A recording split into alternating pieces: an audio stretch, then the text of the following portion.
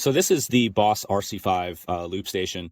It is probably so far out of the loopers I've tried, which were the Jam Man, the Ditto, and I think there was one other, the small one pedal loopers. Oh, and the looper and the Helix as well. This is the best, obviously. It's going to be better than the Helix. The Helix is very basic, even though it's great for that. The looper, it can do an auto record function, which is awesome. It can do, like, it quantizes, it seems like, so it fits perfectly in a loop, and it has its own built-in rhythm machine here. Okay, so I'm going to turn off the Beatbuddy track here, and I'm going to turn on the rhythm, and then you hit play. And I already have a pre-recorded loop in here so that I can show exactly what's going on. But when I hit play for the loop,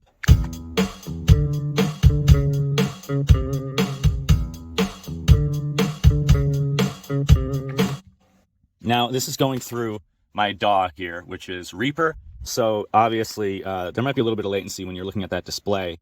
However, it syncs up great. You'll notice the loop sounds a little funky. You hear that? It's because I changed the initial tempo, and I could change it more.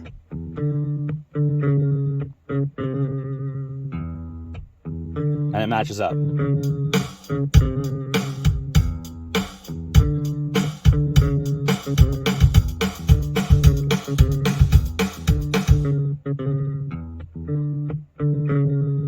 I don't know what tempo was originally. Let me change this.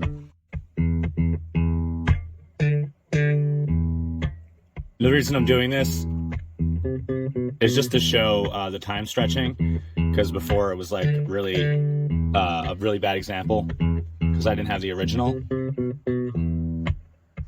Okay, so I'm going to change the tempo.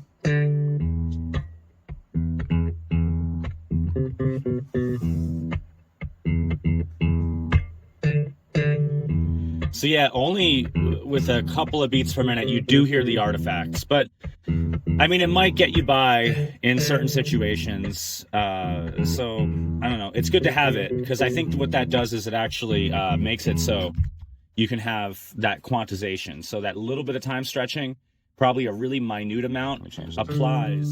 There we go. Close enough. So even though the time stretching really isn't that great, I really wish there was better time stretching, but obviously it requires more DSP. But it works, and it'll shift stuff around. So if it's got to shift it around like 1 or 2 beats per minute, it's probably not going to be that big of a deal. So it's really great, and again, this really isn't about how good the RC-5 is. But what I'm trying to do here is to get the intro fills to work right. Now, when I'm using it with the inbuilt rhythm, there obviously are none that I know of, which is great. The only problem with using the rhythms in the Boss is not only are they the greatest quality, which kind of stinks because there's like 15 gigabytes of free memory on this thing, and not only are they not that great, but they all come out the same output as far as I know. So it would be like, I would like to turn around on a mixer and raise and lower the volume, and I can't do that. So it's not really workable for that. Also, you can't customize the sounds or the songs like you can with the Beatbuddy. There's just more options there. And I plan on making my own expansions for it, because I don't feel like paying $300 for something where I might only like, 3 or 4 kits, and I don't need songs. I can make songs in my program here. All right, very good. So let me show you exactly what's happening with the Beatbuddy. All right, and I'm going to make sure this rhythm is turned off, because they will up, yep, like that. Okay, I believe the rhythm is off now. So what's happening now is that when I have a pre-recorded loop and I hit play, it goes to the intro fill. And watch what happens. Okay, so this is a 2-bar loop, 8 beats.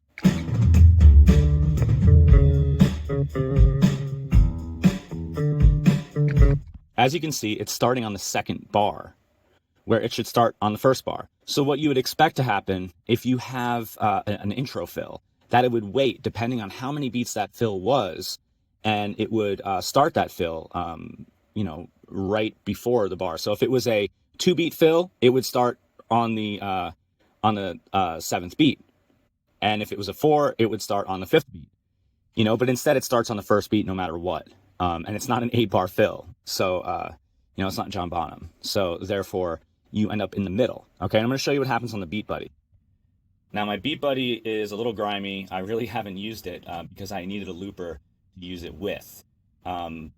I plan on replacing some of the sounds on here with my own samples because I have a number of different samples that I would throw in here. So it's just so much more customizable. It has SD card slot. It has a lot of different things that that I could use. But anyhow, when I hit play on the loop station, this is what happens.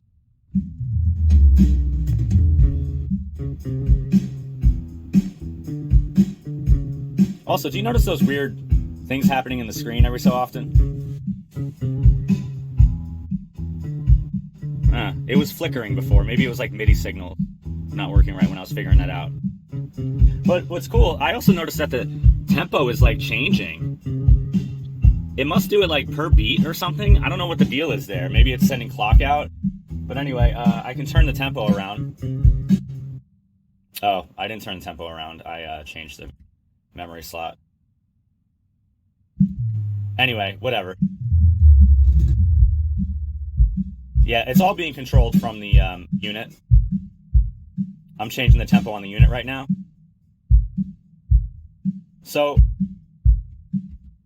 I got the tempo. I got the a lot of the sync stuff happening. I have the MIDI in and out cables selected. I'm sorry, plugged in. And I just don't know where to go from here or what other capabilities I have with this.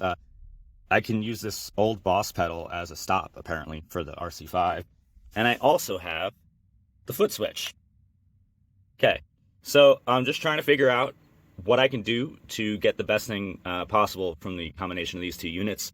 I think that even right now, it does what I need it to do.